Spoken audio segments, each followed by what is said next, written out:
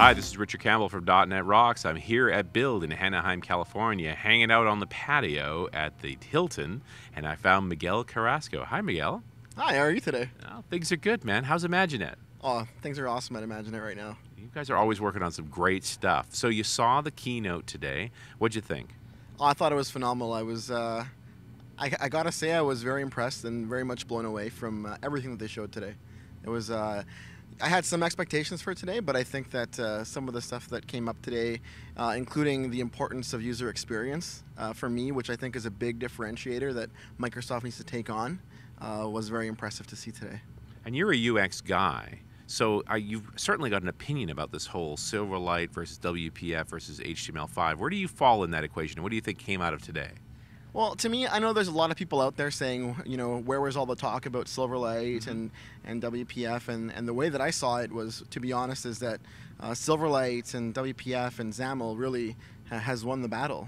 Everything they talked about today was about the core technology sets that people have been learning for the last few years. I mean, the importance of expression blend, the importance of building things that can scale and vectorize. I think it was incredibly important today. I think a lot of the sessions that we're going to see tomorrow, the deeper dives, are all going to be about XAML and how you create those experiences. So while there might not be any Silverlight or WPF specific sessions, I think that almost every session has a little bit of Silverlight sprinkled on it. Yeah, it sounds like if you're a XAML guy, you're in a great place. XAML's really important in Windows 8. Absolutely, XAML's incredibly important. I mean, one of the big things that they talked about today was that Windows can run on any device, including any size. So everything from a 10-inch screen to a 55-inch screen. And how do you do that? How do you make things scale for those types of environments, right? You need to have vector graphics. They talked a little bit about Ultra HD that's coming out in a few years, right? So how do you make things that look beautiful on a small screen also scale and look great on a larger screen? And that's all the things that we've had to deal with XAML for the longest time. So I kind of laugh a little bit at some of the, you know, to be honest, negative feedback from the Silverlight and WPF guys.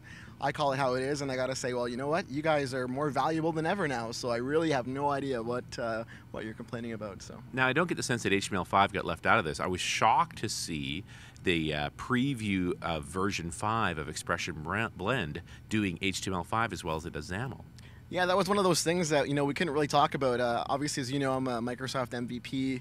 I'm also a VTS, so I knew there was some things going on for some time now. But it was great to keep my mouth shut up until today. But I mean, that's phenomenal. That's just the way that things are going, right? And I think that the Expression Blend team is one of the most impressive teams at Microsoft. They've been able to innovate and create amazing things. I have to be honest, I don't see how you can create the immersive type applications that you can on the Windows 8 platform or the Windows Phone platform for that matter, you know, without using Expression Blend and getting deeper into it. And the other benefit to Microsoft is that, you know, on the iOS or the Android platform, there really isn't any competing tool or technology that allows you to build those types of immersive experiences.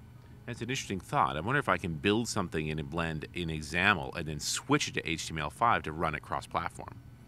So there is some stuff in there. I don't know if they've disclosed it yet, so I don't want to kind of jump the gun on that. I think they'll talk a little bit more about that tomorrow. But I think the key with everything that Microsoft is talking about overall is, I think what Steve Sinofsky's done is bring everything under one umbrella. I think there's been a lot of org changes. People have been talking about what's going on at Microsoft, and I think the key thing that I got out of today is that, you know, they're one succinct machine now.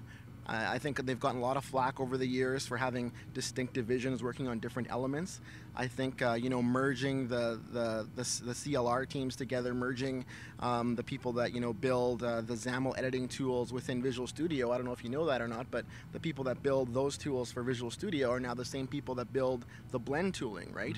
So now those two are combining and merging together, and I think you're going to start seeing a lot more impressive stuff within Visual Studio 2011 that you don't have in 2010, right? And it was called version 11, but do you think they'll really ship it this year?